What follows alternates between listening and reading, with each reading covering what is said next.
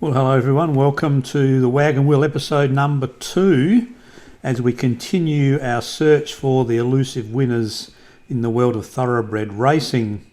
Well, after a rather stellar performance during the Spring Carnival at Flemington, the WAGON Wheel has sort of screeched to a bit of a halt as I've had a little bit of a go at it during the week. But let's have a look at the results since I started using the Don Scott approach of trying to estimate the true intrinsic odds for a horse. Going back to the very beginning here with the Cranbourne Cup, we started off with an excellent result with Indiana Lily winning for us and returning a profit of $83. Remembering we're trying to bet to return $25 based on the prices that we assess the horses to be at. When we moved to Oaks Day, we only had 2 bets on that day, or 2 races on that day. Willowy won for us, so we won a little bit. This was the high point for the bank, starting with a bank of $500. Then last Saturday, I identified 4 races that I thought might be okay to apply the strategy to.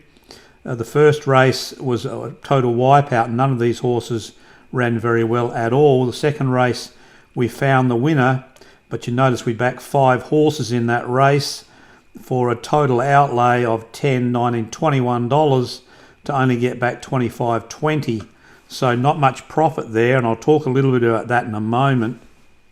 Third race, we had 4 bets. Just a Canter ran third, so no joy there. And then the last of the races for the day, the McKinnon Stakes, we had 4 bets going for us. Cascadian ran second, so we got close, but not close enough. And then we'll talk about these in a moment. So just looking first of all at Cascadian, we managed to get 23 to 1 about, or $23 at Betfair. So the horse has run second, got close.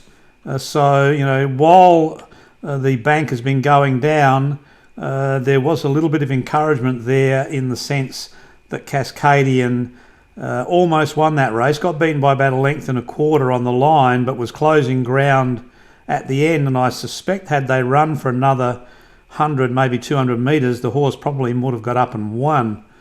So, you know, $69 on top of $539, it takes us above the 600 mark, which would have been quite nice. But of course, woulda, shoulda, coulda doesn't get you the cash, and so we can only go on the results that we've got.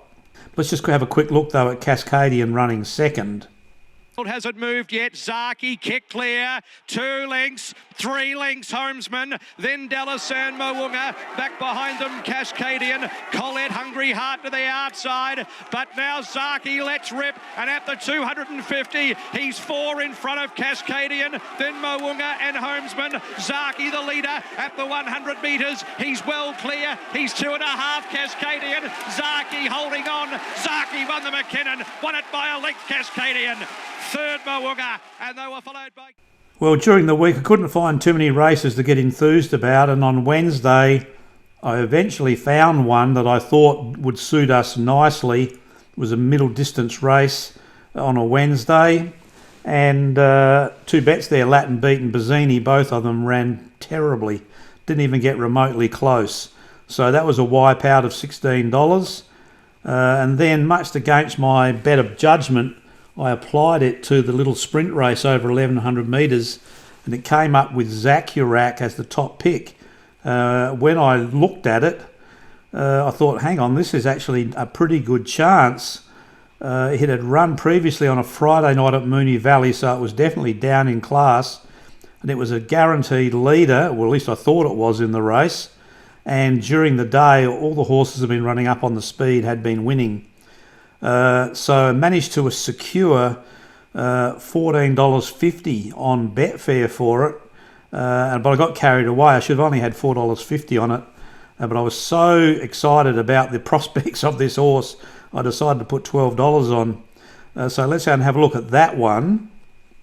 To the extreme outside, Haystacks Galoon in traffic. So too Zooming Zebra. Zacharak the front runner. My Yankee Girl trying to get on terms. Finesse Test to the outside. Zacharak gave a little kick. My Yankee Girl keeps on coming though. Ray Sims run up behind them and then followed by Zooming Zebra. My Yankee Girl reached the lead. Ray Simmons, Zacharak and Zooming Zebra flying late, but My Yankee Girl won it from Zooming Zebra. Ray Simmons. Well, as you can see from the race, we were up to win $174 if it got up, and it was leading till about the 100-metre mark, and unfortunately it lost at the very start. It missed the start by about a half a length, and it took over 100 metres for it to actually muster up pace and get to the front of the field.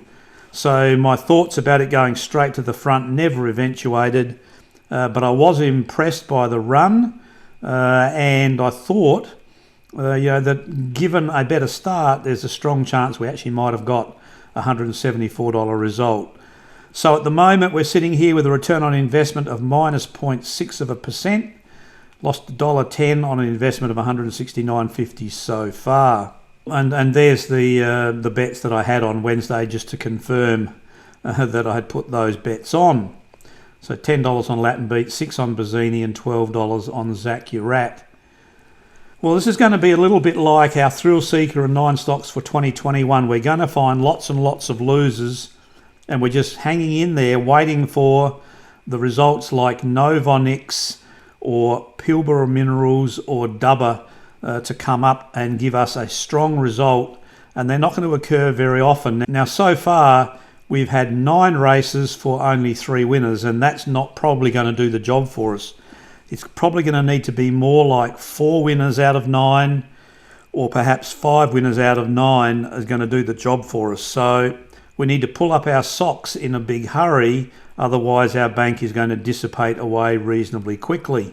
We do have to remember, however, that there is negative expectancy in betting on the horses. The odds are against us with the TAB to the tune of around about 15% by the time you look at starting prices. And if you bet on Betfair, by the time you take out their commission and the little margin at the end, the percentages against us are around about 8%. So therefore, we do have to do a little bit of work to get ourselves in front of the market here. So it's not going to necessarily be an easy job. Anyway, I can only find one race that I think we can bet on tomorrow, and that's the Cranbourne Cup, a $500,000 race. The rest of them I just can't see anything in there that I want to apply the strategy to. And I've run the wagon wheel over this, and it's come up with King Magnus as the top selection on the day. Now, I've indicated down here that I've framed this market to only 80%. Up until now, I've been running the market at 100%, but given that we've got 15% against us with the TAB or 8% with Betfair, we need to make sure that when we're betting on horses that are definitely over the odds. And so I'm framing this to 80%, and based on that, the true prices for the horses in order, starting at $6.88 and then to $8.75 and so on. We've got King Magnus, then Buffalo River, Just a Canter, which we backed last week, Imperial Lad, Our Playboy No Effort, and so on. The ones highlighted over in green here are the ones that are currently, as I record this, around about the middle of the day on Friday, are definitely over the odds. And so we're going to be having at this stage $3.50 on King Magnus, $3 on Just a Canter, $3 on Imperial Lad, and $2 on No Effort. So an outlay of $3.50 and 6 is $9.50 and 2 is $11.50 outlay, and returns should be around about $30 or so if we can find the winner amongst those 4. So that's it for today. Happy punting to you if you're going to have a bet tomorrow. I said I'm only going to have the one race going for me tomorrow. And then next week I'll have a look during the week, see if something pops up. But at the moment, this is just a trial. We're running this, risking $500 only to see whether we can make a success out of punting on the horses. Only in Melbourne and occasionally perhaps in Sydney, but we'll see what happens over time. Anyway, thanks for watching. Hope you do have some success if you are going to have a punt tomorrow. And I'll catch up with you again next Friday with an update to how we've gone during the week, if I have managed to find a few races. And if not, then certainly what I think is going to be happening on the Saturday. Until then, keep very well.